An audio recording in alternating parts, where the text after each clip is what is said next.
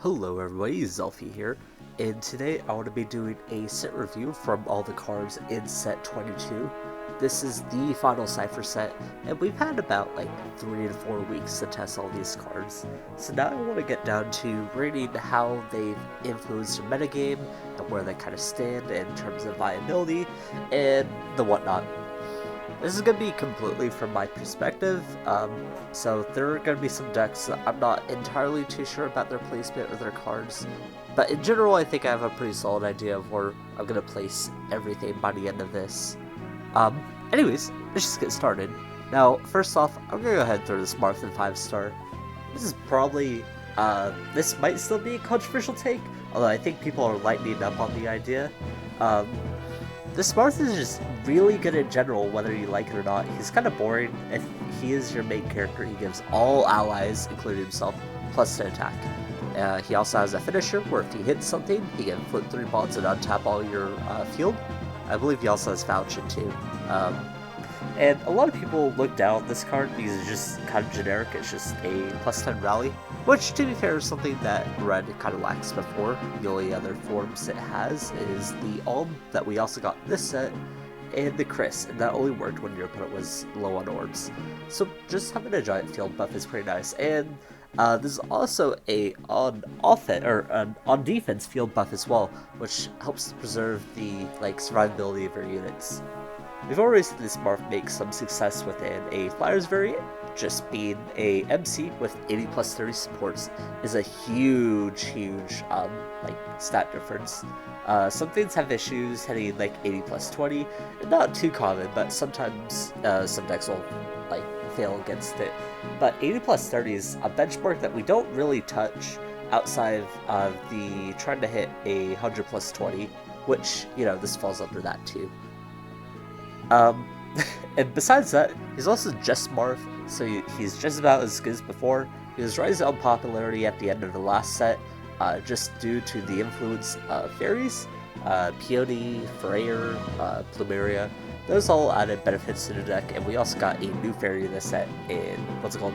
I forget her name, Mirabilis. She's been helping out the deck quite a bit, gives you a little bit more safety against other purple decks. Overall, Marth has kind of solidified his place as a top tier deck. Whether you like this card or not, or if you think it's the main promo, he just deserves to be up there because he has had influence and he is backing some weight behind it as well. I'm also not too sure about the 1-drops, so I'm just gonna throw a new category down here real quick. It's just gonna be oh, that'll stay red, but I'm messing this up. Down, swap, red. This is unprofessional. I'm just gonna make a new category called usable 1-drops. This is just for a category that if I feel like they don't have a significant meta impact, I won't rate them higher. But this Marth is the best Marth Cosson that we have, which isn't really saying much. He's basically a 50 base if you possess more units than your opponent, which is possible. Like I said, you're playing a very tempo-based deck. You have a bunch of fairies. You have, if you're playing a limited, I guess you Bellow, you can play Celica 1. You're usually gonna have more units than your opponent. So just having just being the best cost 1 Marth is something, I guess. I don't know. Next, we got Female Chris. She has a hero skill that allows you to donate your main character status from one red unit to another. I believe it has to be a red unit to another. And she also has Flip 2 heal. Heal a card with the same name as your main character from the retreat. I believe that the first unit that you deploy in return gets a plus 10 buff until the end of the opponent's turn. Comparatively to the other 2 hero skill cards that we got before, minus Katarina, of course, we got Marth and Chris. I think this is probably the best one out of those, probably, just because she adds a little bit extra benefit, although I'm not going to say this very good. The only reason I'm going to rate F Chris down here in 2-star is because there's a sort of meme deck that you can play, and it revolves around the Set 9 SR Alm and Set 9 SR Celica. that says whenever your main character destroys an enemy unit, you can deploy a red 5-drop from your hand or lower. And so you just do that, and you kind of chain off a bunch of attacks and summon a whole field of units. It's a bit of a meme deck. I don't think it's that great, but I might as well mention it, give F-Chris a 2-star. If you're going to play a hero skill, that hero swap skill in that deck, F-Chris is probably the best one. It also gives you a little bit more survivability on whatever unit you choose, deploy in that order. So I'll give it that much credit. Fortunately, I'm going to shove this F-Chris stun here. I just don't think there's a real purpose in running it ever. She has the same exact text as M-Chris, and M-Chris is never seen play in any deck that I can think of. So, it's not the worst. It's game plus an attack while attacking a 2-cost or lower enemy, which is fine, but it's literally never been used ever, so I can't really say anything about this F-Chris one either. Except, we have Medius, and I've had some issues rating this card. He has some very good potential, and he's also very volatile at the same time. He's a little bit hard to rate too. There really just hasn't been a place where Medius is shunned. The best example of Medius I can think of is Nana. You just kind of play standard Nana, and it gives you this alternative option to shrug off like opponent's tempo. You can also go into Medius, and then you can hide behind a bunch of Nanas, and you +1 you a turn, thanks to, not really caring about losing a bond every turn. So, Medius is pretty fun. I honestly think that maybe he could be up here, but there just hasn't been a lot of experimentation. Well, there hasn't been a lot of serious experimentation for Medius to have me confidently say that he's probably a 4-star. He's a good inclusion in a tier like 2.5 deck, maybe a tier 2 deck on. It's like a tier 2 deck or a tier 1 deck on its perfect high roll. It's like a 2.5 deck on average, I'd say. I say because it's a good card in that, I'd put it in 3 stars. We have Ulm. I think this is one of the most overrated cards of the set. What I've seen from him is that he sometimes does stuff, like if he hits all of his OCs consecutively with no issues whatsoever, he can win some games. But outside of that, he's pretty generic. You just kind of spam over classes. I don't know if people have experimented in other colors, which they could have, but it's just like, why? You could have turn 4 May, which is fine, but turn 4 isn't exactly the heaviest tempo turn in this meta. I'd say you're winning around turn 5, which you could do in other decks anyways. You have turn 5 Delthea, which is nice. You do have an array of new overclasses that I will talk about a little bit, but none of them really contribute that much besides maybe Celica, who gives you additional tier and whatnot, but even though she's kind of weak. I just don't have anything to say about Ulm, really. Like, I put Medius here because I know he's good at a deck, and Ulm, I think most people will put him up here. Like, he's pretty fine on his own, but I think he's just so underwhelming most of the time, and he really relies on his perfect curve to really get somewhere. And even when he curves out, he's just still pretty mediocre, so I'm gonna put him in 3 stars. Not the worst deck that you can play ever, but I'm not gonna bite into him being that great of a choice. I don't remember what this home does, honestly. Let's just go to Lackey real quick. Let's type in 22. 2 or more red allies plus attack. It's fine. It's usable. I'll shove it down here. The other one is if you deploy a red ally, he gets plus attack for that turn. So it's just like whatever you prefer. Like, I'm more inclined to put it here because I think the other one's just strictly better, but it doesn't really matter which one you use, honestly. I'll just put it here because my gut instinct tells me you're not going to play this Ulm. Celica Overclass. When you class change into this unit, you draw like 3 cards or something, and then you discard 2. So she is Tormod with additional tutor. So Tormod, what he says, when you class change him, you draw an additional card. This, combined with the actual reward for class change, you get 2 cards. Celica says draw 4, discard 2. So you get that additional level of tutoring, which is nice because for Ulm he needs like 2 pieces of cards in order to hit those combos. So just having like Celica out there to tune her effects is pretty nice. I actually think Celica probably makes the cut in the Alm list. I've seen a couple, probably JP list around that run Celica. I'm gonna say she's fine.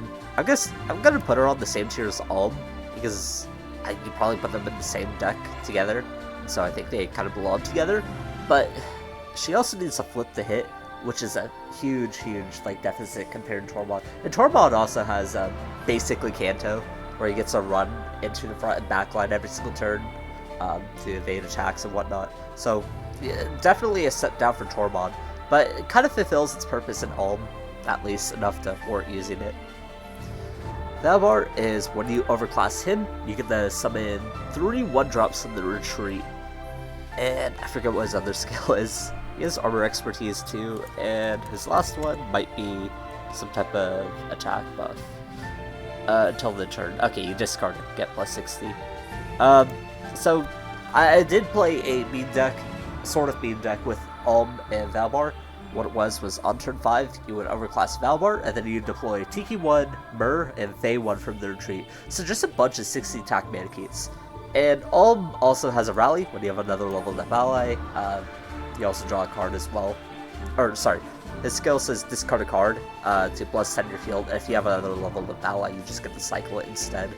Valbar is just like, well, if there are 70, and you use this on turn 5 and get, like, 5 attacks in at the same time, minus any units that you already have in the field, which honestly is pretty good. Getting 5 attacks with only a 2-card setup is pretty neat, but it's still not good enough because you can't hit through the 80 benchmark, which is really prevalent right now, and always has been.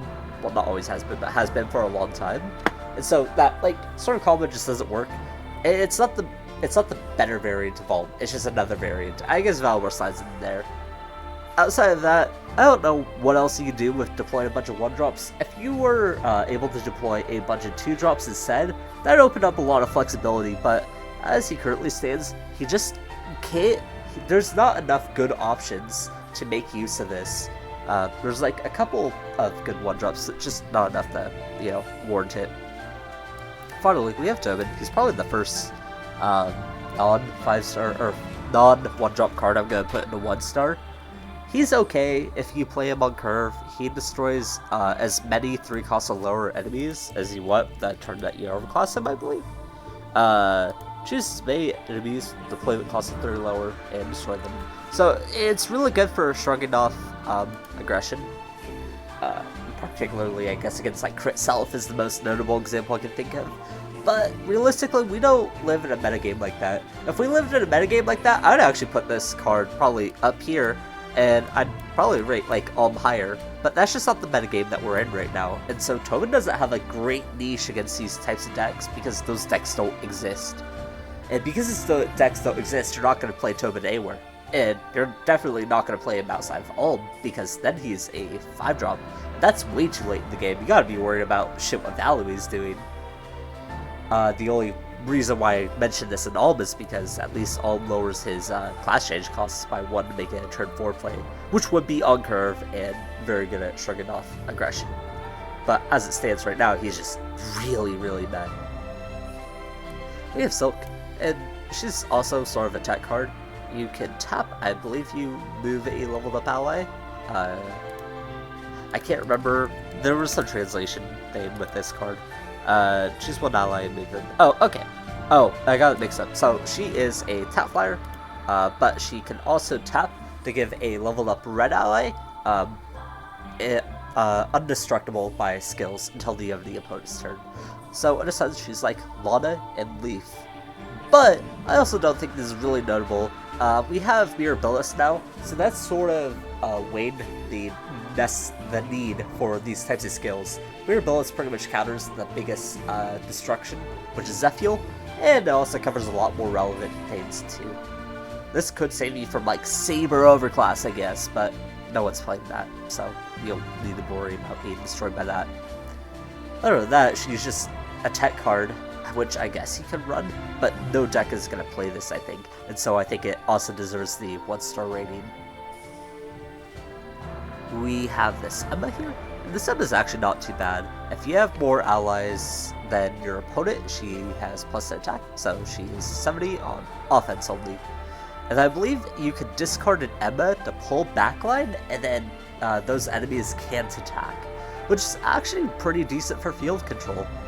Granted, if you're playing this, it's like fine, because I don't think flyer decks have too many issues of field control, but it's helpful against, it's helpful non-Sigrun decks.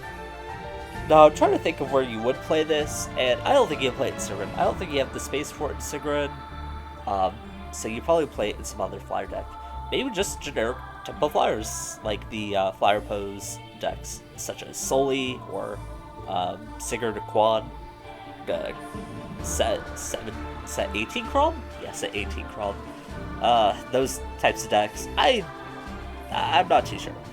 And the only other deck I can think that you put her in is probably like Red Hana, which I don't know if that's a deck that's been interrogated at all, but I'll put it in 2-star for now, just because I think it could go to some flyer decks, because it's not the worst effects in the world. Those are honestly pretty good effects for what they are. I just don't know if there's any real relevant meta deck that it would really go in, besides Red Hana, who could be a real deck. Who knows? Now we're moving on to the TMS stuff. I'm gonna shove Memori up here, and right there. She's fine. You can play her like that generic. Well, I guess not generic. You can play her like that value TMS type of stuff, where you just kind of drop a bunch of TMS units and then they all kind of do their own thing. Memori kind of fits into that build. It's all the new TMS cards, what I'm referring to, by the way. The cards from like set 13 or set 14 and onwards, from like Itsuki, Tsubasa, Kiria, Eleonora. I think that's it. So she's like fine in that. I think she's one of the not as great ones in those lists. She also makes Serum Mirage's 50 attack, which I don't think is too relevant. It stops her from game pop from like random Lilith or something, I guess, but it's whatever.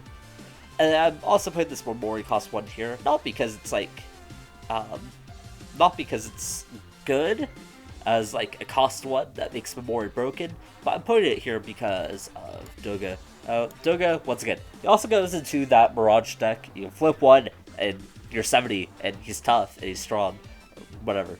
It's fine. You can flip 1 hit, and you can deploy him for pretty cheaply.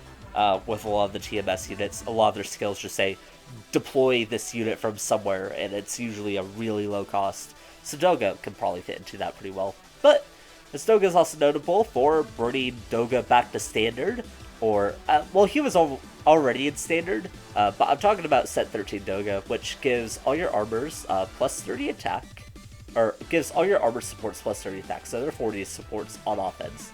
Which is pretty funny, and that's why Memori is here, because she hits 50 alongside Doga, which you already have, because they're playing Doga MC. The reason why Doga kind of completely fell off the radar was because he only has 8 copies of himself in Standard. That's a death sentence for most decks. But now, you can play this Doga, and he's a 50 support for other non-Doga allies, and he's an evade. So there you go, usable Doga. Also, just gotta shove this card here. I don't know if you actually play this as the TMS MC, but you can. Sometimes he's 80, sometimes he's 90 if you have TQ1.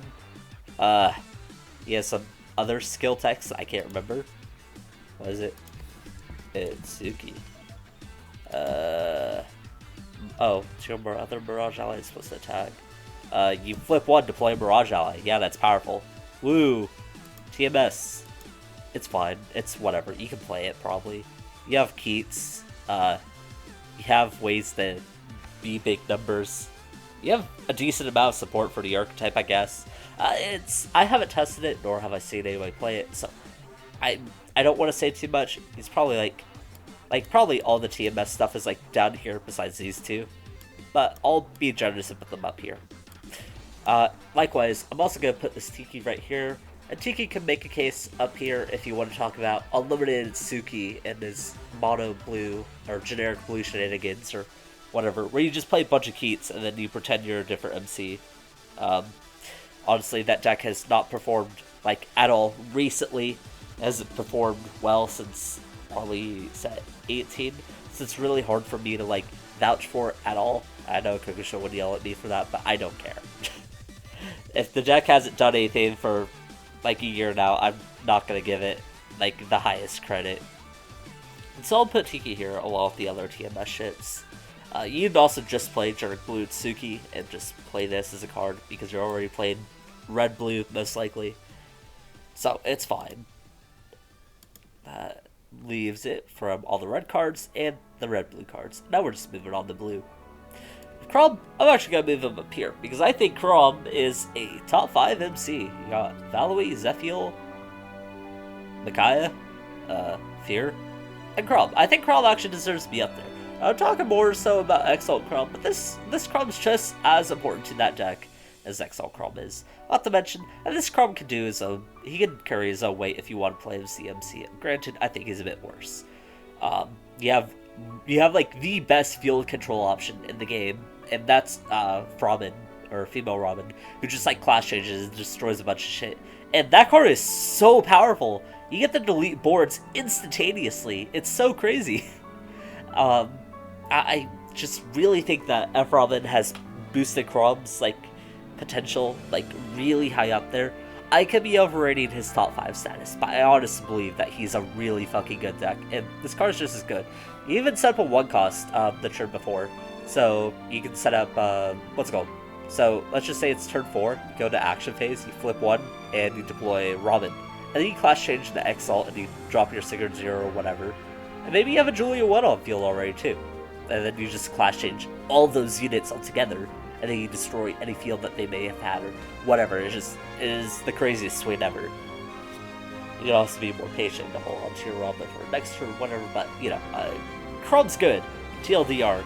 You also play him as the 4-3 variant, which is slightly like more tempo-based variant with Lucina and Frederick and some other blue card that I don't know what people are playing right now. I think it's Tiki 4, but I couldn't tell you.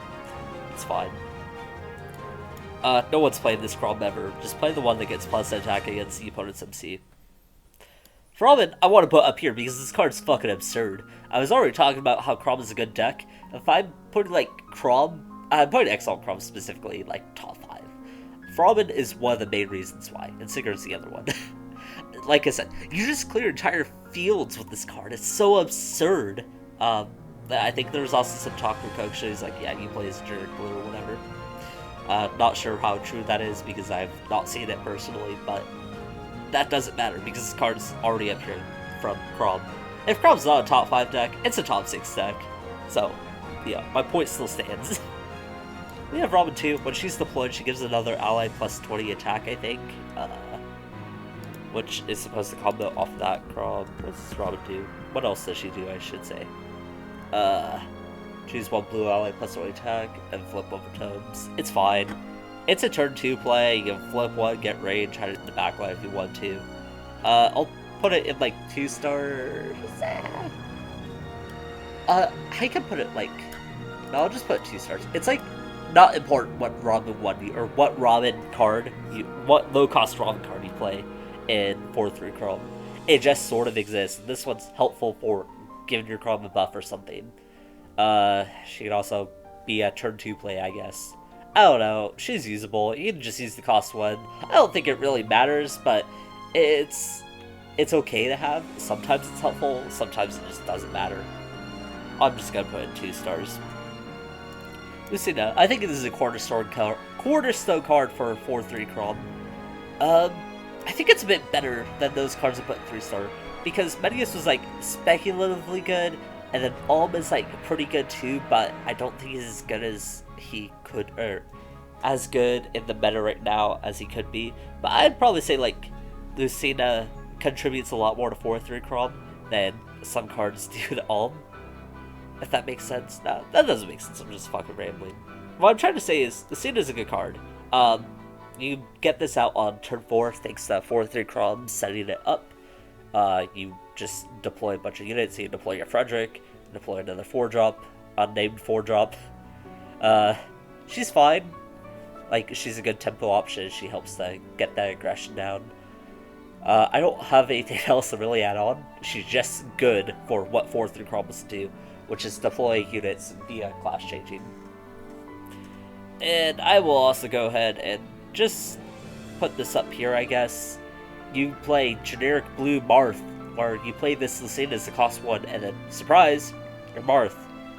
And generic blue is an okay deck. I'd probably rank out the same tier as Ulm, I guess. So I'll just put it there. Frederick, I'll also put up here with Lucina. Oh, I think people were a bit concerned about whether this Frederick would be good or not when you have to compete with the Divine Ride Frederick, but it turns out it's pretty good. Sometimes when you class change it, it's movement for all your allies, pretty much silence. And then other times, you just buffs Crom and he makes him a homie. Basically, the attack is cool. So he's pretty good. And to an extension, I'll also put this... I don't know where I want to put this. I'll put this down here, because you can also play 4 through Crom with this, and once again, you're probably playing Frederick 1 that deck. I'll put Frederick right here.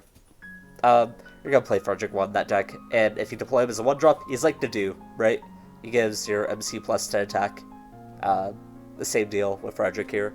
I'd probably rate Nadu around here too. He's just like better than random shit down here. Like better enough to be same play, but other than that, he's just kind of whatever. Listen too, she's racing but blue. When you class change an ally, you get the deployer from your hand for free. And then she taps and gives a bunch of allies plus an attack. Or I think she gives 2 leveled up allies plus an attack. And then she can also heal if you don't need a buff. So she's fine. You'll probably play her in these decks. I don't have anything else to add on. We got a Shershay here, and I was originally gonna like rank this card like right here. I'm also pretty sure she won down here because she's a tap flyer and she doesn't do anything. But I have seen some talk about maybe this is just the last card he put in, because her defense numbers suck, of course, which is a huge letdown. If you class change her, she can hit any number possible, which is actually not that bad when you think about it. There's a lot of units, and there's not like good 4-drops in blue. That's why the slot has been so concerning, right? It's like, what can you deploy that is a 10 support, but is also a like 4 costs 70. And Shershay isn't like the same exact thing because it can't be deployed off Lucina, but it's like fine. I don't really know what I'm trying to say here. She also has Kanto, she gets a runaway too, which is nice. I think this card's actually fine, and I think it could go to that 4 through Crom deck. There's just not a lot of people playing 4 through Crom, and I think there's still some room to experiment with where that could go. I almost want to put Shershay up here because I think she kind of fills in a slot of like, oh, this is another unit you can class change. And, you know, she's really cheap to get out too, and has Kanto, so she's relatively safe. Combined with Frederick, who can move her back up, and then she moves back out, you know, she's gonna hit. If you class change her, of course. I think that there is a place for her. And she's a 30, so she's not clogging the support stun. I will put this here, though, like, if I'm wrong, it's like done here, because there's nowhere else you'd play her. Alice, I forget what she does. On the front line, she's a 70. You can flip to... Wait, what does she do? Alice. Flip 1, discard 2, draw 3. So it's a flip 1 draw, but you do the tutor effect in the worst way possible, where you have to discard first before you draw. And she's a 70. And then she gives Valjean plus 20 attack. I don't know what Valjeans you'd run. There is... not that one, but... is it this one? If you have an Alice, choose Alice and heal it. Anything that's really useful? Not that one. That one's kind of cool. 80 backline attacker. Not you. What does this one do? Flip 1, draw a card. Oh, he has to tap himself. Anything that's like usable? Not really. Alright, well, none of these are like too useful. They just kind of exist. I guess you play this one because he's blue.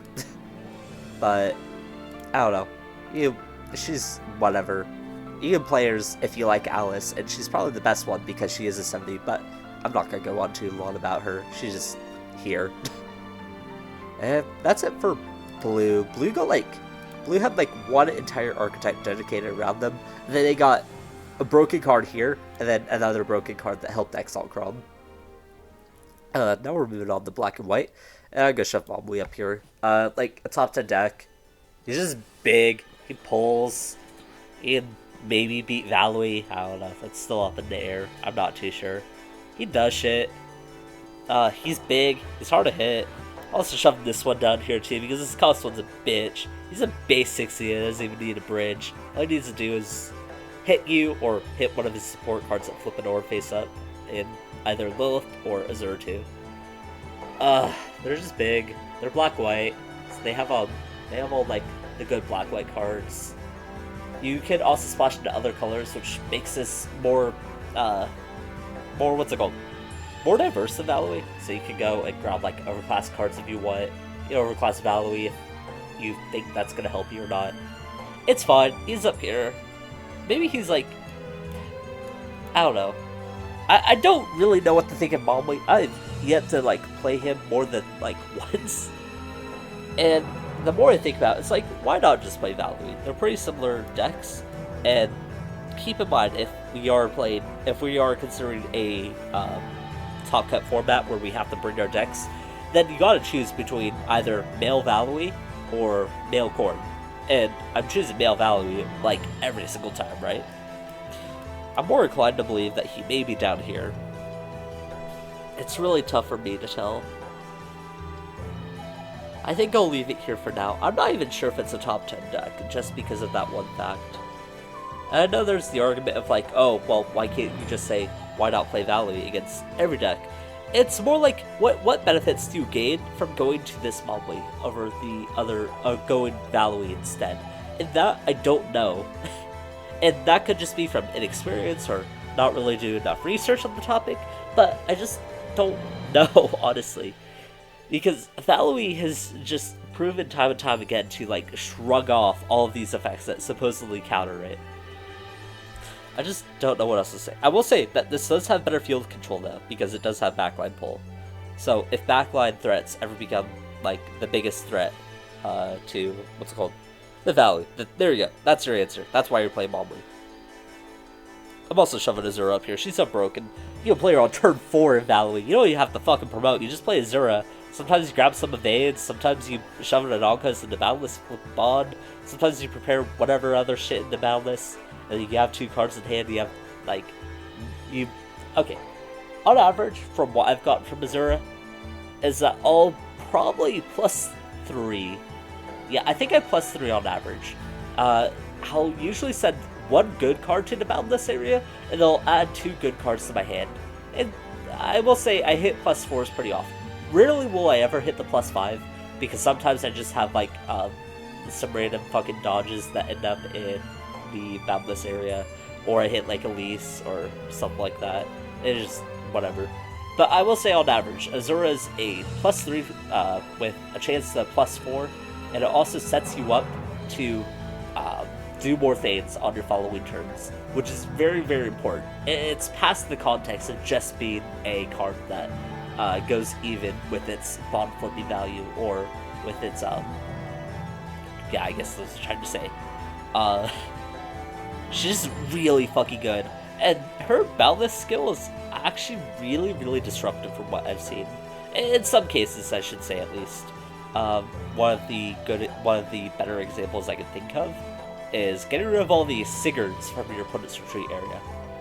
If they play Sigurd and you play the Azura, you get to send all their Sigurds to the Boundless, and they're gonna have a harder time using their Sigurd skills, especially if they're playing like Exalt Crown, for example. You can do that in quite a few other matchups too. Even against Valois, where you think it'd be bad, if you're like sending all their Silences to the Boundless area, congrats, they have a bunch of Silences. If they want to get those out, they have to like use Silas every single turn, which they can't do if they want to. But then they're throwing out the chance to use other skills, and it's kind of a mess. I think this card's really fucking phenomenal. It's so phenomenal that I'm not even sure if Queen Noka is the better variant. I've almost completely cut Queen Noka out of my list at this point, just due to how good this card is. I'm also going to go ahead and shove this Azura here. She's a support card for this Mobley, because on turn 2 you get to tap and open a bond or an orb up, so you become day 60 faster, or improve this unit's stats. I don't know what else to say about her. She can flip 1 to draw a card, I think. What'd she do? Is there a flip 1, draw 2? Yeah. Flip 1, draw 2. Sorry, it's flip 1, draw 2, discard 1. Since it's +1 with an additional cycle. That could only be used if you have 2 or more face ups, but it's pretty easy to get to that. So she's just a support card for Molly, and you shove them to the same list, so I'll put them on the same tier. Hinoka. I thought this card might have some potential value. It's like, oh, you leave it in your bond or your boundless area, and you pull it out and get range at some point. Because the cost is only discard 1, I believe. Hinoka. Yeah, it looks like discard 1. Discard 1 to gain plus attack 1-2 range. Oh, like, you know what? That's cool. Backline needs some backline access, and this card can play that role. You'd also flip 3 to heal 2, basically Maria, but you need white bonds.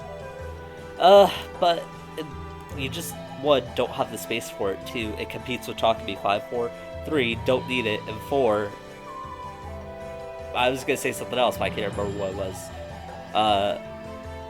4 is just don't. I don't know. Like I said, it's not the worst. There's not the worst reason behind using it in the world. It's, oh cool, you can go ahead and discard a card and you get backline range. But you don't need to do that. Natalie has other ways of mitigating that if they really want to. Wasn't gonna go ahead and shove her down here. Top flyer, whatever. Leo, he destroys a buffed enemy, right? Leo. Choose 1 non-main character enemy. If that enemy has plus their attack, more div, skills, and then when you destroy something, you can't deploy it next turn. It's like, theoretically, this card sounds pretty good in this meta, right? So you gotta think of all the cards that are game buffed. So let's just take a gander at all the cards over here right now. So we got like Athane's buffed by Marth, Athane that's buffed by Sigurd, Frederick, anything else from here I can't think of. You know, Splash Ike. Oh wait, that's only on defense. So I'm thinking Shankai, I guess. Oh, but what I'm trying to say is that there's quite a few things that get buffed in this meta, and all defense buffs are pretty prevalent. The issue is now is where do you fit this? Where are you gonna play this card? And to that, I honestly couldn't tell you. Like, where do you want to play this Leo ever? You got other raw destruction effects that also work too. You got Nyx, who flips an opponent's bond over. You got Camilla, who comes with pretty good stats on her own too. You got Female Corn, which is the best black MC. So if you wanted to play this in a black deck, you're probably playing Female Corn, and then you're not playing it there. So where are you playing this card? And to that, I honestly gonna tell you. And that's why I'm gonna put this card down here, is because I don't think it has a place anywhere. Not a bad card, just to get that clear. It just doesn't have a purpose. Same vein, you're down here. You have Seal Spell, right? I forget what his other skill is. Something about flipping a tone bond to +20, yeah. You don't want to do that, so I'm just gonna put you down here. Maybe over here. I need to remember all these mains too. You're down here though. You're useless. You're like Nord, except what if you didn't have unavoidable against non-MC, and you're in a strictly worse color. If she misses her attack, she blows up the main character or another ally, I can't remember. But she does have an attack buff. But it's not good. Flora is tap flip 1. She's a non-main character enemy and keep them tapped, I guess. Which would have been better if you could tap the opponent's main character, because then he could stop like Lyn or some shit. And this one makes your MC not unavoidable. Or not avoidable, I have to recall. Then flip 1. Draw 1, discard 1, +10. It's so bad. All these cards are so bad. They're not very usable. What's our other effect? Make her is +10. There's no place for you to run these cards, like, ever. So, just don't. I'll at least put them back in their proper order. Same with the ninjas, except I'm gonna give Kaze a bump to 2 stars. So you got Kaze MC, and currently he has 3 copies of himself in standard. Well, it's not the same case for Doga. The bridge for him is a black card, and Kaze runs mono white because he wants to make use of Mora. So you pretty much just swap out the black 3-2 with the white 3-2 and you're pretty fine. It's standard at least, so he deserves a 2-star at least. Sizo's not the worst one in the world. I think when he destroys something, he flips 2 bonds, and he untaps against 50 attack, which is not the worst thing in the world, but once again, you have to compete with the other Sizo, right? And this Kagero, I think she makes it so some shit's unavoidable. Kagero. Choose 1/3 cost lower the enemy cannot evade. And if you have 2 or more allies, it's attack regardless range. Like, this Kagero is probably, like, the best one out of all of them, right? But the issue is her name is Kagero. And what that means, you can't play the other Kagero, who happens to be, like, the sole reason why ninjas can work. It's basically whenever non-Kagero knife ally crits, you get the draw card. So you crit for free, pretty much. It's really hard to pass it up. So I'm gonna unfortunately say that most of these ninjas are bad, and Kaze only gets a pass because we're only pretty much substituting him as a bridge. Yuzu, I believe, is you have some allies, and then she gets a buff, and then if you have those allies, you'd actually heal. Was it? Flip 2, choose and heal Yuzu, but you can only use it if you have 2 or more other allies, and you get the discard of Yuzu to untap this unit. And my answer is, or my question is, why? Play Dragon Blood Ryoma. I guess. She's a 5/4 too, so like, why? I just don't get it. It's so bad. If it was like, unironically, if this is like flip 1 because you have 2 other allies and heal a card, that would have been pretty cool. But why is it just like a generic heal? Like, I don't get it. And the Shade's kind of like interesting. I believe she's tap and discard 2 Shade to destroy 3 enemies.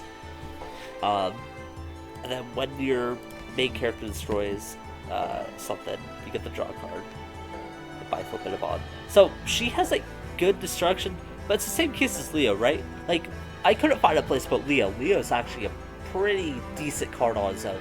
Where am I gonna find a place to play Shade? And the answer is I'm not. So you just don't. But yeah, nothing too relevant out of black and white outside of literally Azura and Mobley. I guess we got the Kaze Bridge as well. Alright, on the green, I'm gonna shove like all the way up here. He has a lot of good things going behind him. He has a deck that's pretty powerful. The only issue with his deck is that when he's not doing what he wants to do, he just fucking sucks. He's bad. What he says is for every green ally you have, gain plus an attack. And when he's at 100, he gets to pop a unit for free, and if your opponent has no units on the field, you break an orb instead.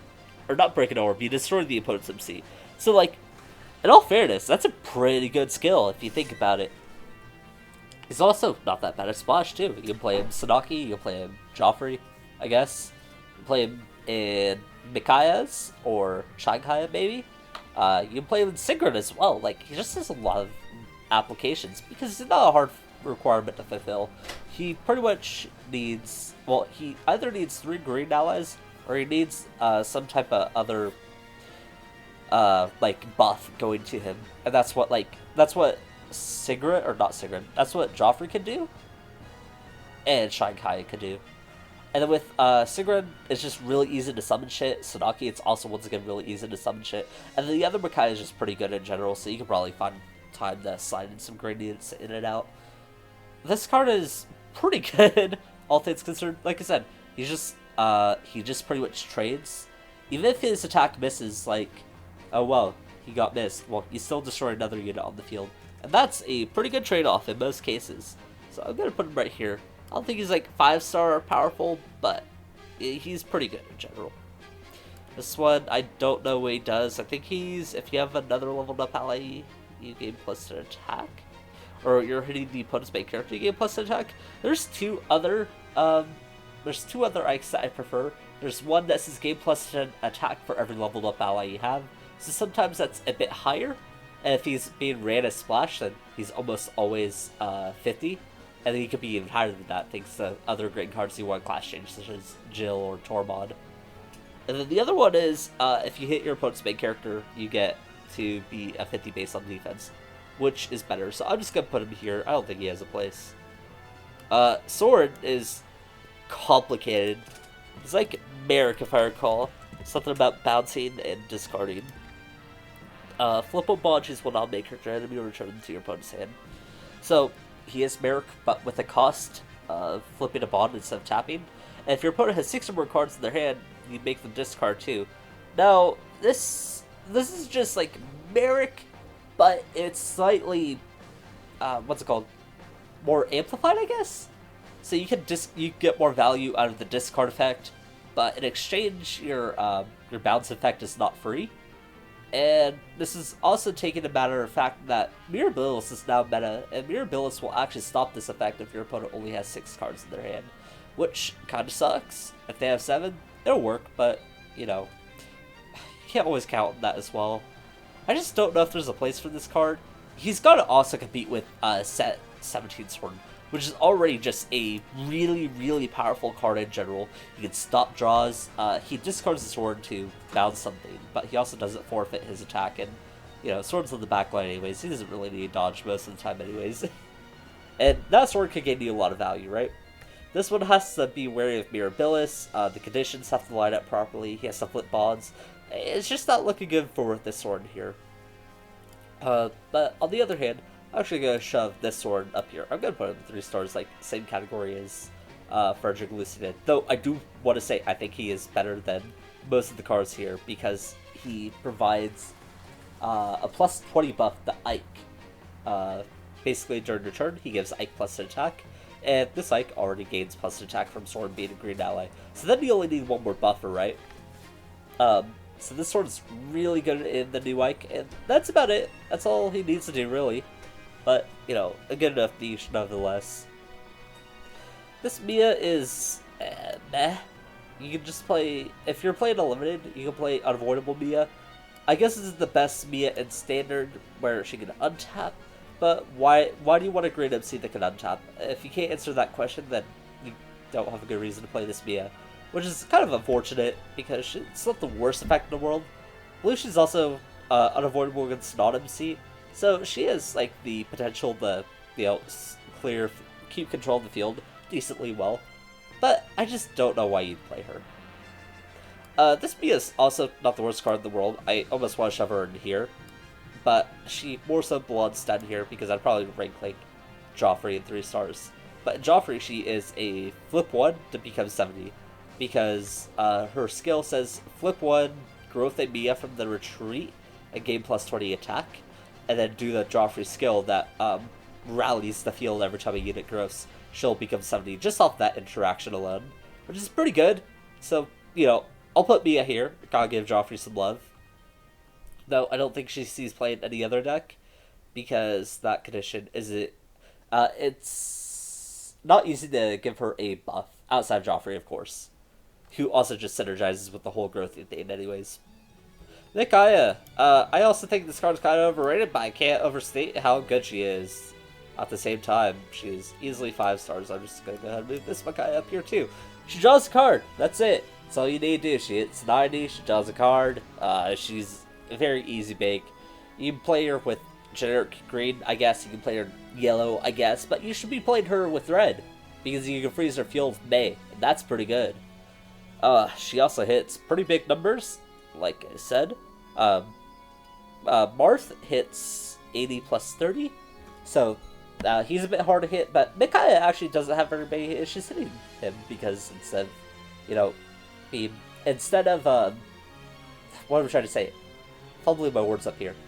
Just consider that if Marth is 80 plus 30, and you gave him plus 10 attack, but removed the 30s from his supports and made him 20s, it'd be the same thing as Micaiah, where Micaiah's a 90 plus 20. So Micaiah just hits a really good stat line. She misses out on the 100 mark, which is also pretty common, but, you know, consistently hitting 90 is pretty scary in general. She can also be played as Splash, too. Not the worst Splash card, because if you're just slow on hand size and you run other Micaiahs, which you want to do anyways, then you go ahead and draw your card, and you hit hard. You also got Micaiah 1, who says discard a Micaiah from your hand and pick any card from the retreat and add to your hand. Literally tutor anything, which is absurd. Granted, you do have to leave a 1-cost unit on the field to do this, and, you know, waste the deployment slot to get her out anyways, but it's still a good effect, right? And you want to play Makai's anyways, because you have to have Makai's the growth in order to proc her draw card effect. So these two are just super good in general. This Makai could probably be down here because she's less impactful than this Makai. But from what I've seen, you're never not running both these Makais in the same deck, unless if it is this Makai MC, where instead you choose to run the other Makai that hits 40 against the main character, right? So a Splash, which I still think a Splash is probably a 5-star card, you're always running the 1 cost, so it belongs to be up here. So, I'm going to put him down here because, like I said, this is one of my pet decks. I don't know if I'd put him up here in 3-star. Do I think Shanghai? I think Shanghai is like a tier 2 deck, maybe tier 2.5. If that's the case, I'll put South here. I may be biased, but I think Shanghai is pretty alright. What you do is that you deploy him off Sheeta, and that's pretty much it. He hits big numbers as well. He's an 80. No, sorry. He's a 90, because when he's in the same row as Makai, he gains +10 attack, and then he also gains the rally from Shine. So he hits really hard. He's also an 80 on defense, which is quite nice. This is pretty usable, and just Shine Kaya pretty much. I don't know if you'd run him in this Makaya. Maybe you can find a way to slide him in, because he's a 2-drop 80, or a 2-drop 70. But, you know, I still think he's really good. Zelgius, on the other end, is pretty bad. Flip 1, 1-2 range. Woo, exciting. When he gets hit for the first time, you gain 80 attack. Whoa, that's impressive. And he dies afterwards. I don't know what the best case scenario for this card is. Like, are you playing Quest Makaya? You summon this into the backline and flip it a card, flip it a bond, 1-2 range. And it's like, oh, it's so hard to attack Zelgius, because the first time that you attack him, he's just gonna miss. And then you get crit anyways, and you're sad. There's just not a place for Zelgius anywhere, and they just, or sorry, his name is Black Knight. Let me get that correct. I'd rather just run Flip to destroy their entire field. That Black Knight is funnier. I got Damon. Fortunately, he's also another bad card. Wait, hold on, is this Devdan or no? It's Damon. So what he does is, if you believe that he's the same name as Devdan, then he clashes his card onto Devdan. Unfortunately, he can't dodge, so you sadly turn yourself into a 3-vein MC. But hey, at least you believe that they're the same character. Fortunately, I don't, so I don't get the full advantage of it. Outside of that, he gains +20 somehow, I think. I think he just gives another ally +10 attack. Sorry, damn it. Give another great ally +20 attack until the end of the turn. Rather unimpressive. He's funny. I like him a lot, but I don't think he's, like, anywhere remotely playable. Kaiza. Remotely playable, and Ranulf, and pretty much Ranulf only. I'm talking about 11 Ranulf here. He's an 80 base when next to Ranulf, and he discards a Feign to search up another Feign. Which is fine, you know, Feign support is appreciated. Feign's sort of a bit more of a dire situation, you know, taking Scrivener dodge, made him not an of 8 copy MC, you know, it wasn't helpful, but, you know, kinda works. He's gonna solve Feigns. You don't play with Feigns. He's alright. He exists. There's just not much else to say about him, right? Like, he is a support card for Feigns, but he's not solving Feigns' problem, which is, 1, a lack of good MCs, and 2, they just don't do enough. But he's still good in that Feign deck. Laharan, aka he made Ashnar tier 1, pulls Lilith, which is actually notable. And when you have a Medallion on the field, he gets to ring a card. So if you want to summon the icon I was talking about earlier, or some other card in the bottom of your deck, be my guest, Laharan is here. I'd say he's honestly a pretty good pretty alright card in Ashnard. I don't know if he makes the cut or not. I don't know if Ashnard is spacious. These are just things that I don't know, because I don't think Ashnard is optimized, nor do I think he can really be optimized, because at the end of the day, he can just have high rolls and low rolls, and you can't do anything about that. But I think he's a pretty alright card. I'll leave him here, because I think he's better than the other shit in tier, and, like, 2-star. So, yeah. Unless we have the, if you get lucky, and they have a unit on the field, you reveal their top deck, and you blow up that unit. She's a turn 3 80 base. Outside of that, that's her entire gimmick. She randomly blows stuff up. Kinda useful, sometimes. Other times, she's just generic. If you're playing some type of pack battles, is probably a decent MC. Actually, probably not, because they probably don't have a lot of copies of their units, right? So, if you wanted to play some random HM meta, where you can only play H and MCs, and you wanted a occasional turn 380 base, then the M's your girl, I guess. Outside of that, don't play her. On the purple, oh boy, I'm shoving Roy all the way up here. Not because I think he's a good card, nor do I think you should actually play this card, but because, well, he's pretty good.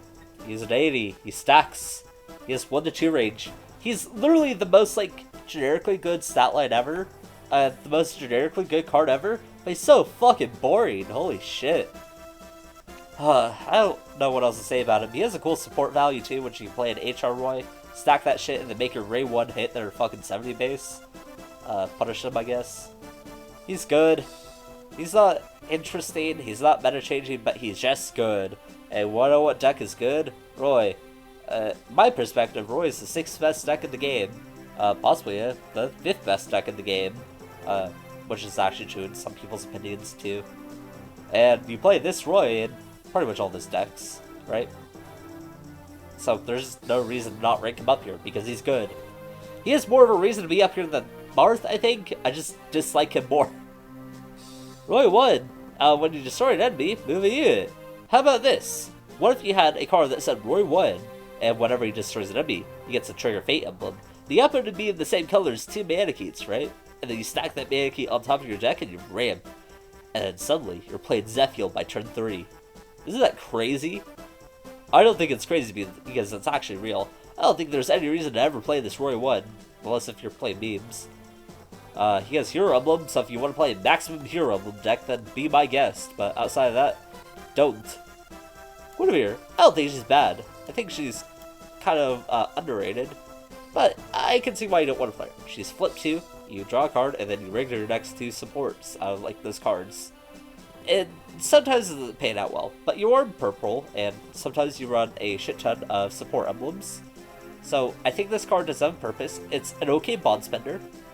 Most importantly, this card is very helpful in Owl, because even if you don't you don't even have to hit a Fate emblem to rig it, since you rig the next 2 cards, which means you rig the card after the support as well, and so you get Owl on top that way. So I think she's pretty good in the context of Owl, so I'll probably put her down here with like Laharin and South. I think that Owl is a better deck than at least Shankaya, maybe, and probably better than Ashtar too. But I don't know if it's enough to push Guinevere like up here, so I'll just leave Guinevere 3 stars for now. She's an okay addition to a pretty good deck. We also got this Owl, and I'm gonna put him in 4 stars. Not because I think this card's particularly good. When you go into him, he becomes 100 for a turn. And afterwards, you can flip 2 and gamble your top deck and deploy it. Outside of that, he's just another copy for Owl, which is good because Owl, well, he didn't struggle with the problem of having like only 8 copies of himself. Owl is just a deck that wants more Owls that he wants all the Owls he can possibly have, right? So just having another card that says Owl in the deck instantaneously makes it better. So I'm gonna put him in 4 stars because I think Owl is a good deck. Hard to be bad when you're generic purple, but you know, still the case. Eliwood. I haven't seen much out of him as an MC, which is kind of unfortunate because I think his skill is really funny. Honestly, it's probably not that bad as MC because you do have a really good support card, which I'll talk about this initially. That just says flip 1, untap a purple 5-drop. And she also gets untapped when tapped by another ally. So, you know, Eliwood triggers Slump Breaks, and if they dodge, you can deploy your support, if it's a support that you can deploy, of course. And it's just like, it sounds good, but he's also on a 5/4, so I rate that sort of skeptibility. There's also been some talk about you just high rolling, like you just shove a fucking million dancers into your deck and then you attack. And, you know, sometimes it works out, sometimes it doesn't. I'm not too sure. But what I do know is that you can play this deck in Female Byleth. Female Byleth is a tier 2 deck. Zelfie is consistent, I fucking swear. I may be biased, but for my test results, the only deck that has absolutely fucked me over is Mobley. That's only because Mobley grows way too big by the time that I want to do the combo, and I can't really break down his wall before I can Other decks usually show some type of vulnerability by the time that I can use the combo. So yeah, always like the one exception to that. And now from that point, Hollywood can hit your opponent extremely hard. And keep in mind, if they are not tanked up by turn 5, and if okay, so here's what the case needs to be. If they do not tank up by turn 5, and I can't explain what I'm trying to think. If they tanked up by turn 5 and have left your field completely cleared, congrats. They don't get Zelfie in that turn. But if they have either A, not tanked up that turn, which is very likely, or B, have not cleared your entire field, then Hollywood can do his combo and he fucks you over. One of the big things about female Byleth and Hollywood is that you completely skip the mid game. Byleth comes off with a rough early game and then a rough mid game. But Hollywood's really good for just skipping all of that and going straight to the end game. And that's why I think Zelfie is actually a real deck, to some capacity at least. So I'm going to put him in 4 stars because of female Byleth. Not because I know how good Hollywood MC is, but if I knew that, I would also talk about that too. But frankly, I just don't. Hollywood 1, he has Hero Emblem down here. Idiot's also broken. You can play this, once again, in Zelfie. You tap and you give Hollywood a buff, and then you also untap him, and you deploy more shit. You also can play this in Lin, which is a pretty good buff. Remember Lin, the MC that says you're not allowed to dodge or have fun? Well, if you deploy this, well, what I should say is that this card is easier to deploy. It's not that there wasn't a flip 1 dancer before, because there was, and her name was Nadine. This is just one deployment slot cheaper, which allows you to deploy it alongside like Natasha or Nils on turn 5, which is a significant buff. It allows you to get some more units onto the field as well. Sometimes you get to ring that hero with Natasha, and sometimes you just make sure you don't miss with Nils. So I'm also going to put this up here because I think Lid's also a good deck that people haven't played in a while, but still good. Erica's probably slept on. I know more people have been trying out Erica recently. You can just play her. Maybe you just slap her in after she draws you a card. Maybe you just play her as a generic purple MC and she does stuff. I don't really know, but it's really hard for me to say 4-3 purple MC deck. Most of the time, we'll be able to draw a card is anything lower than a like tier 2.5 deck, right? There's so much that's not wrong about this card. It's not like impactful enough to like Alm or Roy levels or Fear levels that make me want to like put it up here. So I'll just leave Erica here for now. She's fine. I also I'll put this on usable 1-drops because I'm not sure whether you want to use Soul Erica, which is when you hit if you hit your opponent an opponent and destroy something, she gets plus attack until the end of the turn. This one is if you have a 2-drop or higher, she gets plus attack. The only card I think of is Ephraim that you play it in, so I'll probably put it down here because I think I'll just run Soul Erica instead. Also Hero Emblem Elevator. I'm gonna shove Noel up here because I think he has a place in Zethiel, and I don't think he has a place anywhere else because I can't think of a place for him anywhere else. Sometimes he just disrupts your opponent. In the matchups that Zethiel doesn't auto-win, congrats, you can destroy one of your own orbs and flip 2 of their bonds. Now they have even less ways of coming back. If one of their comeback mechanics relies on healing cards, then you kind of shut them out that way. Alternatively, you can also stop tempo plays as well. What's an example I can think of? I can't think of too many examples as well. But you can also like flip Sigurd's bonds face down, so they don't have ways to buff themselves up. Which is also funny. He also just has a decent stat line. He hits 80 with the Zethiel buff. He has range, so he can help clear Mirabilis. He's fine. You can play him. You don't have to play him, but you can. And I think he's very fine when you do play him, and he is helpful. Noel, on the other hand, just play like one of the better purple anti-support cards. There's a couple. I think there's like Sophia, there's Revolt. Those are all better from what I remember. Fortunately, he's just not very good. Darshan has one niche only. You can play him in Fear. He's a 40 support. Wow, crazy. Except, don't. because you have much better cards you can play. In fact, if you want a better card to play, just play the older Darshan, who turns off the opponent's support skills. This one doesn't do anything. I don't know why he's in R, or why he's here. Just here to suffer, man. The more I'm gonna shove in 2 stars just because it's kind of funny. Leon's like a playable, semi-interesting deck. And what he does is when you class change him onto Leon, and you get to deploy monsters from the retreat. Some cost are lower, I think. Or any monsters, period. So you can summon, like, Immaculate one, or you can summon Hegemon Eel Guard, or some shit like that. I don't know. But it's a buff to Leon. People wanted it. It's a whatever deck. But, you know, it's still fine.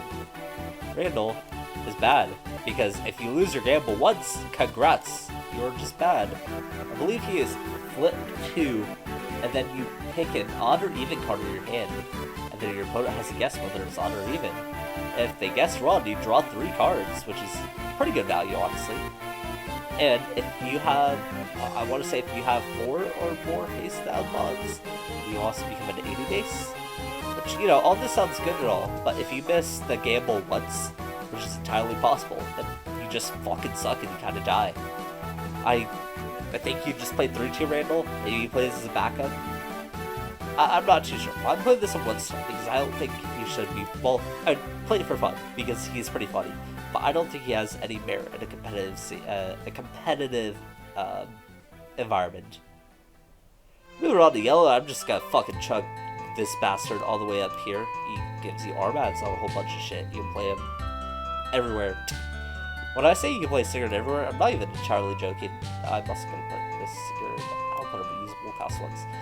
But more about this, like, you class change, you ramp, and then you flip a Sigurd bond, and then you armat something. And that's usable in so many areas, it's crazy. You place an Exalt Crom because you get it out of my turn 4 and you ramp, and then you do a bunch of other shit, and you buff up your Crom or your Sigurd or whatever. Cool. You can play this an Ike to hit the 100 threshold. Cool, you're sick. You can play it in just so many areas. It's fucking absurd how widely usable this card is. You run a package of Sigurd 0, Sigurd 5-4, 4 Leaf, and then maybe 2 Seliph, and then maybe like 2 Sigurd 1 or something. That's your whole yellow package. You can literally slide that into any deck and probably make it good. Or at least playable, right? Outside of that, as an MC, he's pretty alright. I think he is outclassed by Exalt Crom because I think Exalt Crom has better potential, and also the other broken card I was talking about earlier, but, you know, Sigurd's just really fucking good. And this costs 1 if you bond a Sigurd to get to move something in the backlines that they pull, I don't know, like Mirabilis or something. I don't know. If there's something in the backline that's annoying you, you can bond a Sigurd and pull it. I'm also gonna go ahead and shove the Self all the way up. I almost want to put it in here, but I won't, because I'm reserving, like, these cards for, like, super powerful cards. But this is a really good support card for Sigurd. It just pulls something, and that's it. I mean, that's all you need, right? Free pull gives you more backline access. Sometimes your opponent can build a field of units and wait for the turn that you can't armats, and then you're swarmed by a bunch of backline units. That's what this Self helps to remedy. He's also anti-destruction or he can't be destroyed by skills on the field. So if you want to buff him by Sigurd, he can't be made, which is kind of funny. Yeah, but mostly you're playing him for the bond skill. Deirdre, unfortunately, I'm gonna put her around here. I don't exactly remember what she does, but I think the argument for her was, if her name was anything but Deirdre, she would have been a good card. Send 1 yellow bond from the retreat area. Or, yeah, send 1 yellow bond to the retreat area, and then you add a Sigurd to your bond area. This is just free. This card doesn't even see in play. If Sigurd had a broken bond skill, then maybe this would see play. But I think people just don't play it just because it shares the same name as like Deirdre 1 and Deirdre 4-3, which are other cards that deck really wants to play. So you just don't have the space for it, I guess. Also, when enemies deployed by a special skill, you can top them. So you can stop Ryoma deploys, you can stop Frederick. You can stop anything that Crom deploys off this skill too, I guess. I don't know.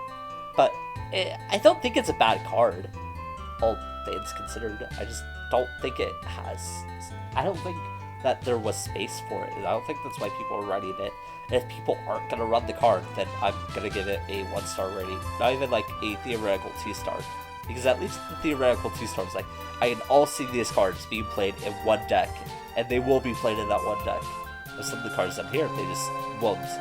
That's like the same case as, I thought there was another card I put down here too. I can't remember what it was. The sword. It's like, yeah, you can play it. It's not the worst card in the world. It's probably better than some of these cards up here. But if it's not going to see any play anywhere, then I'm just not going to rate it. Leaf. Honestly, this is probably the one card I have, well, one of two cards I have the least knowledge about. He's like, what I've heard is that sometimes he's really good, and sometimes he's just pretty basic and vanilla. I'm going to put it right here because I'm going to say whatever generic yellow deck is up there, like probably Sigurd. This probably goes in Sigurd, right? Probably played this in there. It's probably a good card in there. Probably a good card in some other generic yellow deck too. It's just, you probably play it there. I can't say much about the card. It's flip 1 to play unit from your hand if you have 6 or more bonds. If you have 8 or more bonds, you can grab a bond and add it to your hand. He also has flip 1 to 2 range. Like I said, it's not a bad effect. I just don't know much about this card to really add on too much. I'm just going to say it's probably usable, and it's probably pretty good. Just from what I've heard from other people. This Leaf 1 would also be pretty good, but what he does is that he can add a Leaf Bond to the bond area. So we have to... I want to look at this Leaf real quick, because I actually like this card a lot. It's just a shame of how Leaf is currently sort of constructed. So, flip 1 bond, and then you can send 1 yellow bond to the retreat area. And you place a Leaf into the bond area. This is really good because it allows you to grab back Unifier into the bond area. Or, you know, maybe 4-3 Masterite Leaf. And that's pretty good, right? The issue is that on turn 2, you would rather promote into your 3-2 bridge, who you would tap another ally and ramp from there. That helps you engage with Leaf's game plan. Maybe if Leaf shifted away from that 3-2 and went to something else, I guess, then you go play this Leaf. So I won't put it in the usable cost one because I think it's pretty good. But other than that, I just don't think there's a reason to play it. It's just really unfortunate because it's a sometimes helpful skill, but you need the Stars line, right? You also need to hit that Leaf 5-4 into the bond area. If that happens, you might have selfed and you might have gotten hit because you selfed, which is also bad. So I'll go ahead and I'll throw this in usable 1-drops. But I don't have too much else to say. Sias, he is going up here. I've seen people play him in some yellow decks because he's pull. And that's pretty much it. He just pulls shit. Gives you backline axes. Remember how I was talking about earlier, how sometimes people try to build backlines against you and you can't handle it because you're not a ranged MC? And Self helps you with that? Well, Sias is the same thing, except he pulls 3 units on the turn that you deploy him. So I've heard he's pretty good at Leaf. I think I've seen him play in Sigurd, so I'll give him this rating. Same sort of deal as Null, where I don't think he's necessary in every single matchup ever, but the times that you do use him, it's probably pretty good. I don't even remember what this fucking bridge does, but I can tell you it's bad. Something about being at 6 bonds and then being unavoidable, and then you also gain attack by flipping a bond, and you gain more attack if you're on the front line. Yeah, just as I thought. Not a good card. If you wanted some type of Nord type of card, play Nord, because, yeah, just do that. I guess there could be an argument made like, oh, you're playing Sigurd, do you want some type of backline control? But that's what the pull is for, right? That's what Sias and Self are for. You don't need Brigid. I mean, granted, she's unavoidable, which is a pretty neat trait to have. But I think them being stuck on the front line is enough as sabotage enough. And they don't want to dodge because, you know, they'll be stuck in the front line. Again, unless they plan on killing you that turn or running away somehow. And then Bridge 1 is also just bad. I can't remember what she does. If you deployed another ally, game plus 10 attack. Yeah, it's just bad. So, yeah, it's not bad text to say you're unavoidable, and in a deck that's gonna reach her condition pretty easily. It's just, you don't need to because there's already good enough support cards that happen to come out in the same set, by the way. Support that backline, that need for backline control.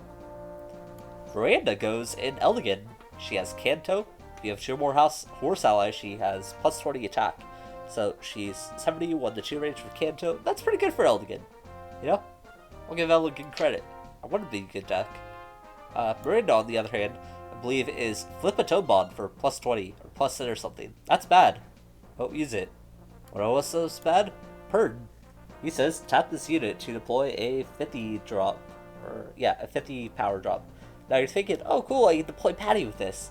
But then, what are you getting? Why do you need Purd to deploy Patty when you can just deploy Patty yourself, right? Like, well, you get another unit on the field. Well, why do you want this unit on the field? What is his other skill? It's Lock Touch. And that's not good. You just don't play this. Like, you deploy Patty off of it, sure, but you don't have anything else to do. Maybe you could deploy some other really high cost 50 drop. Like, maybe you could deploy Maria off of this, I guess. Or Nyx? I have no clue. That's all I can think of, but just don't play this. It's a 10 support. This Claude is also bad. I believe he says flip 2 to heal a card from balance area. If you don't have a card in your balance area, draw a card. And then I think I forget what his other skill is. My brain is fogging up on some of these cards. Claude. The 4-3. This one. Enemies who are attacking main character. Yellow main character cannot crit. So, that's semi-helpful, I guess. It's not, though. I can't think of any scenario where you'd really want this card. And there's not any cards that are sending your units to battle list. It's just a flavor thing, right? Also, I'm unfortunately gonna shove this Valgene to 1-star too. You know, flip 1, gain all your weapon types. That's pretty funny, right? But there's no multiple weapon type synergy that I can think of, right? There's nothing to do with that card. So, unfortunately, we're relegating Valgene to 1-star. Oh, here's the other card that I have no clue how to rate. Because I've seen this deck played and I just didn't know what it did. Based off of public opinion, I'm gonna say this is probably 4 stars. It's alright. I think Yuri's much better just because you have a lot more utility after you just draw a card effect. But this is fine. At the end of your turn, if you use the CP ramp, and then he also says flip 1 with the shoe range plus 30 attack. Whoa, that's crazy. And you just don't know what you do with this card or what the deck plays like or anything. So, off of public opinion, I'm gonna say this is a 4-star card, but just from what I've seen, it might be done here, because I just don't know if it does anything super relevant. I think I'd rather play Dimitri over this, because at least Dimitri has, he has win cons, he has ways of gaining value and being in the head. And this Byleth, I just don't know what you're gonna do with the extra bonds. Like, extra bonds are nice, but then what, right? Byleth 1, I'm gonna put him usable 1 cost, because he can play Claude 1. And then he's a 50B. He's a 50 guy. Whoa, that's so strong. This Dimitri would have been good if his name wasn't Dimitri. So what this card says is if you're attacking your opponent's main character, you discard a card from your hand and you heal Dimitri. I'm like, oh, that's cool. If you go into this on turn 3 and you smack your opponent's main character, maybe you can heal back your 5-4 or any of your 5-4s. That's pretty good. The issue is this happens to be Dimitri is probably the deck that already has the most amount of good alternate cards that you want to run. Because let's just take a breakdown of all the good Dimitri cards there are right now. I'm gonna include the card that literally just came out yesterday too. So you got both the 5-4s. You're gonna run both because they're both equally as good, and sometimes they're situational. Sometimes you want to go to the one that can unavoidable your opponent because you hit him hard enough in the early game. Or sometimes you just want to go to one that sometimes draws a card and destroys a unit when it pops something. That's pretty good. And then you got your bird, and then you got your 3-2s too as well. So you got the OG Paladin 3-2, the 70. It works well with Frederick too, because after Dimitri's attack, you get to move Frederick to the back line, keep him safe. And then next turn, you get to bring him back up and attack again. Whoa, it's crazy. Frederick survived. And then you got the new CP, which is another 3-2-70, except this time you can flip 1 move at ally. But it has a CP, which means it's targetable by Yuri, and also drawable by Yuri, right? So that's pretty good. And then you also got the double break, which is sometimes really helpful for closing off games. So if you're an unavoidable Dimitri, you discard that, and you flip 2, and you're unavoidable, and you break 2 of their orbs and send them to the retreat. And you're like, Rar, Dimitri, I'm ahead, I'm gonna kill you next turn. Yeah, Dimitri stuff. Where do you have room for this 4-3, right? Oh, and his other skills, like some type of rally, where it gives himself +3 and the rest of his allies +10. Will he check? This one. Oh, sorry, I got that mixed up. Oh, no, I was right. So it's flip 2, the +30 himself and the plus in the field. And Brown is not a deck that can really rally. I mean, you have Ferdinand, I guess. You have Violet, but those haven't really done anything ever. So, what's the deal with this Dimitri? The point is that there's just not enough space to run him. He's not even the worst card ever. And he's a pretty good way of getting your 5-4, but there's just not enough deck space for him. This Eel Guard is just bad. I think she says at the end of your turn, if you have more allies than your opponent, +10 in your field. Whoa, that's crazy. And then if your opponent has 3 or more backline allies, I think you tap and then flip or something? Eel Guard. How does this work? Tap, flip 3 bonds, choose up to 3 non-main character allies in a backline and destroy them. Whoa, that's crazy. You flip 3 bonds and kill something. What you can do, you use Eel Guard CP and you can tap 2 and destroy 2 units because they're more likely not going to have 3 backline units. If they are, what are you doing? Why are you that far behind? And we also have Claude. He gives everything anti-flyers. Well, if you really wanted to fuck flyers over, play a Boro, I guess. Or maybe some other anti-flyer MC. I don't know. Why do you really want to play a Brown MC that gives all your units anti-flyers? I don't think you do. And his other skills, I don't think his other skill is bad. It's just whenever you use the CP, he gains attack. But if you wanted to use a card like that, Lysithea 3-2 exists. It also has Lysithea CP to complement it as well. So there's not a place for any of these 3 lords. Why are they? Are 3 Rs. Or like 3 brown cards. It's frustrating. I hate these cards so much. Dimitri 1, I believe, is like tap 2 allies to get attack. Yeah, tap 2 brown allies to get +30 attack. Eel Guard is like tap 2 brown allies to pull 2 units. Or pull 1 unit. Or move them. What? Claude 1? I forget what he does too. Okay, but another brown ally is deployed. He can attack a realist range. So he's kind of cool.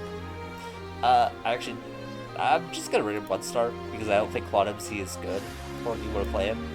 But like, he might be the best Claude 1. I'm not too sure about that one though. But yeah, like, I get the Joy Tower. The Joy Tower is cool. Why do they have to be ours though? They took about our slots, Brown. They'd be good. It's frustrating. We have Crony though, but she's... I'll put her here because she belongs in Hilda, I think. That's pretty much the only deck I've seen her played in. Hilda can run low on hand size because she just deploys units. She can deploy them kind of quickly. And then she sends herself to the Mirabilis, and she's technically a quote-unquote unkillable unit, if you ever satisfy her condition, of course. And when you do that, you also get free card draw. She's pretty nice, if you ever get her working. And Hilda's probably, like, 4-star. So I'll put Crony here, because I don't think she's super necessary for that deck to work. But you'll still play her, I guess. Bernadetta. You move an 80 drop, right? I think this is what it is. Don't. Just play like Leaf Bond skill if you wanted to move something. Or you just pop them or anything. I don't know why you want to move 80 drops specifically. It just doesn't make sense. I don't know why you'd waste a card slot on this. Although I will say, this card does have a unique stat line. It is the only 16 2-3 range in the game. Which is kind of helpful. And you also got Tobin, who is red and the same thing from 1-3 range. But it's still like maybe consider it just for the stat line alone. I like this stat line though. It's like helpful because you just have it in the backline and then you attack other backline units will be kind of safe. It's just not necessary at all. Oh, then you can put two bow bombs on top of this unit, which you're not gonna do. Felix is some random Jake MC. What he says is something about flipping a bond for a double break, right? How many bonds does he flip? Yeah, so you flip 2 bonds and then you double break your opponent. You also have the same color as Sothis, so if they evade, then you just attack again, and then you have Sothis. They're at 0 real quickly, and you get more attacks on them, and you win the game. And he also gives all frontline allies plus an attack during the opponent's turn. He's alright. He also has Felix CP to help with the double break shenanigans. So he's fine. He's just some random jank double break MC, sort of like Sylvain. If you wanted to play him, be my guest. Marianne, she's actually kind of helpful in Yuri specifically. I'd say Yuri's like, I really like Yuri. I'd almost consider Yuri. I'd probably consider Yuri a 5-star card. So I'm gonna put like Marianne up here 4-star because Marianne's pretty good. Yuri in general.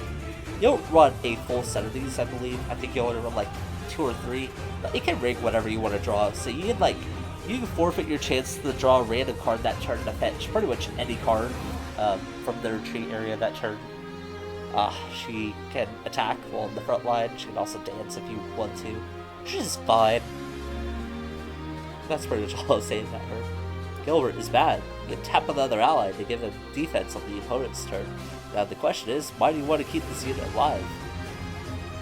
The answer is nothing. There's no reason why you want to keep this unit alive. So, we're just going to shove Gilbert down here. Oh, as well, she's not that great. How do I describe her? I think you discard a... I have to pull up her effects because she's kind of complicated. I think the first effect is discard a foe, right? You discard a foe for plus 30 attack, so she hits 90, and then she lowers the bond cost of your other 2 skills, which is draw a card, and then discard a card from your opponent. So if you want to think about it, it's tutor a card, tutor a foe out of your hand for another card, and then flip 2 to, or flip, yeah, you flip 2, tutor a card out of your hand, and then discard your opponent. And that's a lot of, like, skill text in one card. I don't know, it's hard to say. Maybe there's a world where this is acceptable enough. Because the discard 1 effect is okay. There might be a better discard effect in Brown that I can't think of right now. Like, is there Lysithia that does something similar? Well, not from this set, so I need to turn that off, right? The 5-3 Drummery, Fireboard cards, you can flip 1. Yeah, so it's probably not usable. I'm just gonna 1-star again. Stop talking about this card now. And then we move on to the last part, the colorless cards. We got Alphonse. I think he's pretty good. I've been playing him in Shanghai, and he's a real celebrity. He gets deployed off Sheena, which is pretty good. But I think he just has places in a bunch of other decks in general. I don't know where exactly you'd play him. I saw some decks playing him in Marth, or some Marth list that was playing Alphonse. I think he probably belongs in there too, right? Probably have quite a few face-up bonds. He can put Mantle on your MC, which is a benefit, I guess. Usually kind of easy to deploy. Yeah, I'm just gonna say he's 4-star. I think he's really, really solid. Alphonse 1 on the other hand isn't. If you bond a symbolless card, you get plus an attack. Question is, why are you bonding a symbolless card? Don't you want to be playing other colors if you're playing Alphonse MC? That's what I thought. Sheena, I'm gonna go ahead and put in 3-star category. You can play her in Sigrun. She kind of replaces the need that Katria had, where she's unavoidable wing con. She does hit lower numbers. On average, I think she's gonna hit around 90 attack. In Sigrun at least, because you'll deploy 2 units and also have this on the field, and then you'll tap those 2 in order to unavoidable. And, you know, it's pretty good. You also have 3 supports, so it's more like you're hitting 90 plus 20, 80 plus 30, 90 plus 20, same thing. So she's fine. She fills the niche of Katria, where sometimes if your opponent just doesn't have enough dodges at the point of the game, or they take too much damage, which is entirely possible because Sigrun can play kind of fast, then Sheena can just put the bad situation. Or you have 2 Sheenas in hand and you just do it 2 turns straight in a row. They can't do anything about it. Anyways, she's a fine card.